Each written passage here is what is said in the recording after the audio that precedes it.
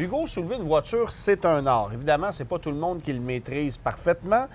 On peut apprendre comme ça, mais aussi on peut s'équiper de façon adéquate. Et chez Pièces Auto Super, vous avez évidemment le nécessaire. Oui. Premièrement, il y a 3 types de crics. Le type ciseau, qui est le cric de secours dans les véhicules. Ouais. Comme dépannage, c'est parfait. Après ça, on a les crics bouteilles, qui est utilisé plus dans les camions lourds. Ouais. Puis, on a le plus commun, les crics à plancher, que la plupart des gens utilisent. Pour acheter le bon cric, on doit premièrement savoir la capacité qu'on a besoin.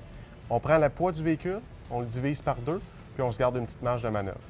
Après ça, c'est de savoir la hauteur de chaque véhicule qu'on va avoir à lever. Ouais. Si on a un véhicule plus bas, ça prend un cric à profil bas. Si on a un camion, bien, il faut être sûr que notre cric va pouvoir le lever aussi. Mais il y a quand même des crics qui vont faire un travail un peu plus efficace que d'autres. Là. Oui, oui. On a des crics simple pont ou double pont, ce qui fait qu'ils lèvent beaucoup plus vite.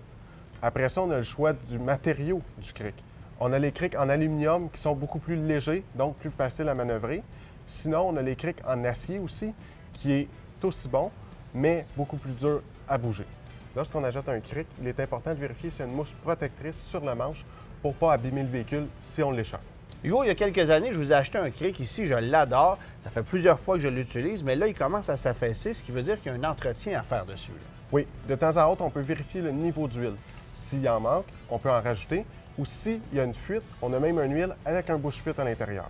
Aussi, ce qui est bon à voir, c'est les chandelles de sécurité. Ben oui. Pour que si on travaille sur le véhicule et le cric est défectueux, le véhicule ne tombe pas sur nous. C'est une bonne idée, ça. Oui. Pour certains modèles de véhicules comme Tesla, si on prend le bon point de levage, on est très près de la batterie.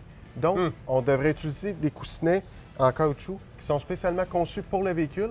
Donc, ça va éviter d'endommager la batterie et avoir des coûts très onéreux. Ce qui est pratique à avoir aussi lorsqu'on fait, exemple, un changement d'huile, c'est des rampes de levage. Donc, on embarque dessus avec le véhicule, Ouais. ça le soulève. Il faut évidemment utiliser des cales de roue pour pas que le véhicule recule par accident et blesse quelqu'un. Essentiellement, il faut comprendre que soulever un véhicule, évidemment, ça demande un certain doigté, mais il faut le faire aussi en toute sécurité, donc s'équiper en conséquence. Exactement.